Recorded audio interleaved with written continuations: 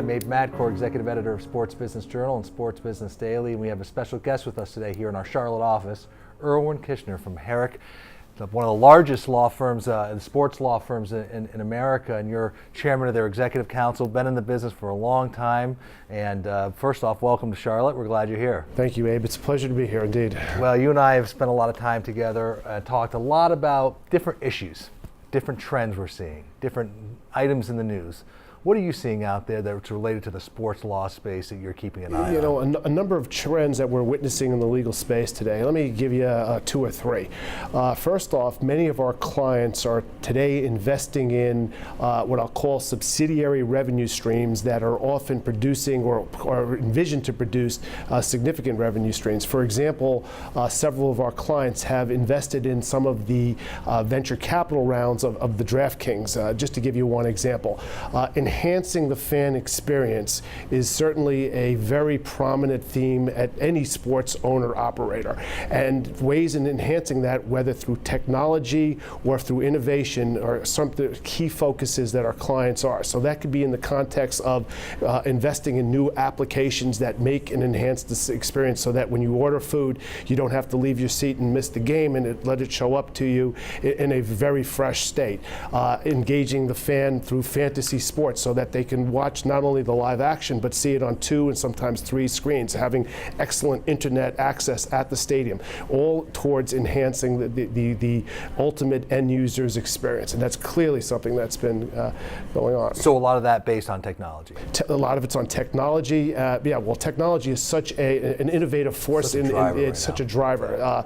So yes, most of that is based on technology. Yes. You know, I always admire your viewpoint when it comes to team ownership, and we're seeing a real run of team stability. Yeah. Few teams are being turned over, few teams are being sold. Yeah. Well, what do you make of that, and why, and what could change that in the future? Well, it's an interesting trend. I mean, it's obviously governed by supply and right. Supply and demand. It's simple economics. The supply side of professional sports ownerships in the major sports leagues is limited.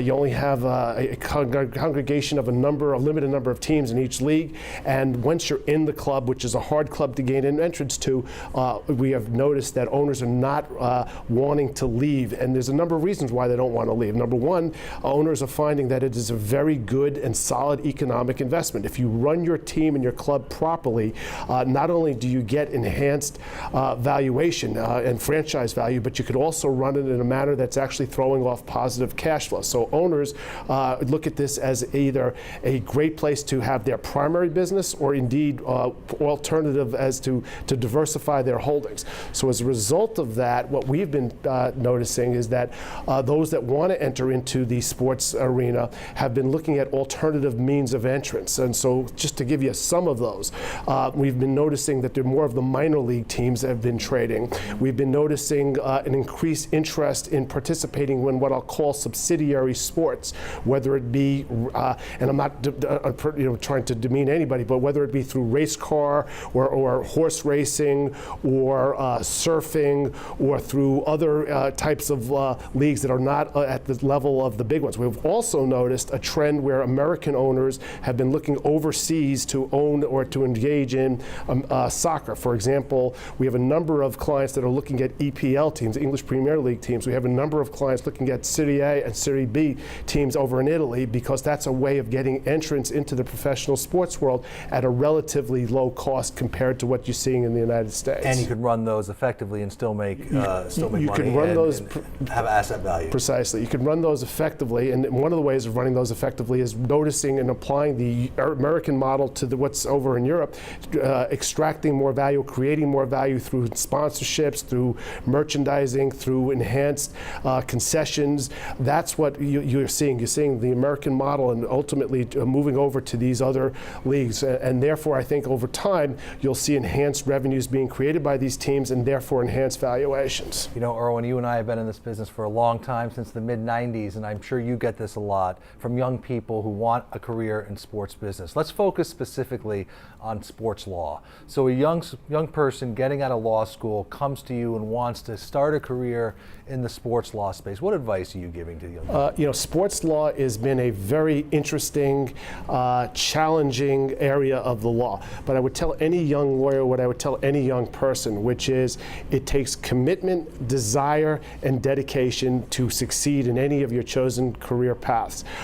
In law, you have to really put the time in. You have to want to please the client, and you really need to put your all into it. It really means the first guy showing up at the office, the last guy that leaves the office.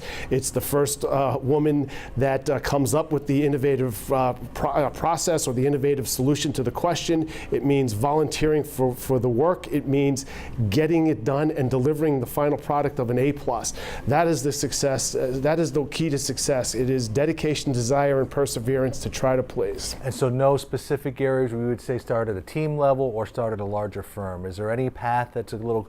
I think there are numerous paths to get to the idea of becoming a sports lawyer. Obviously, one needs to go to law school, of course, but the entry point can be from a different number of different venues. It can be through a concessions company. It can be through the actual team company. It can be through a merchandising company. There are a number of different, or through traditional law firm path. There are a number of different areas or paths to get to being and practicing sports law.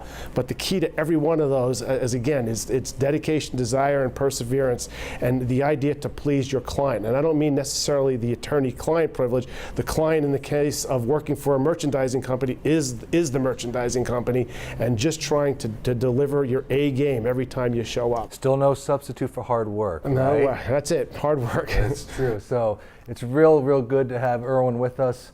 Irwin Kishner, from the executive chairman of the law firm Herrick, based in New York. It was great to have you here in Charlotte with us today. Best of luck. I'm Madkour. We'll see you down the road.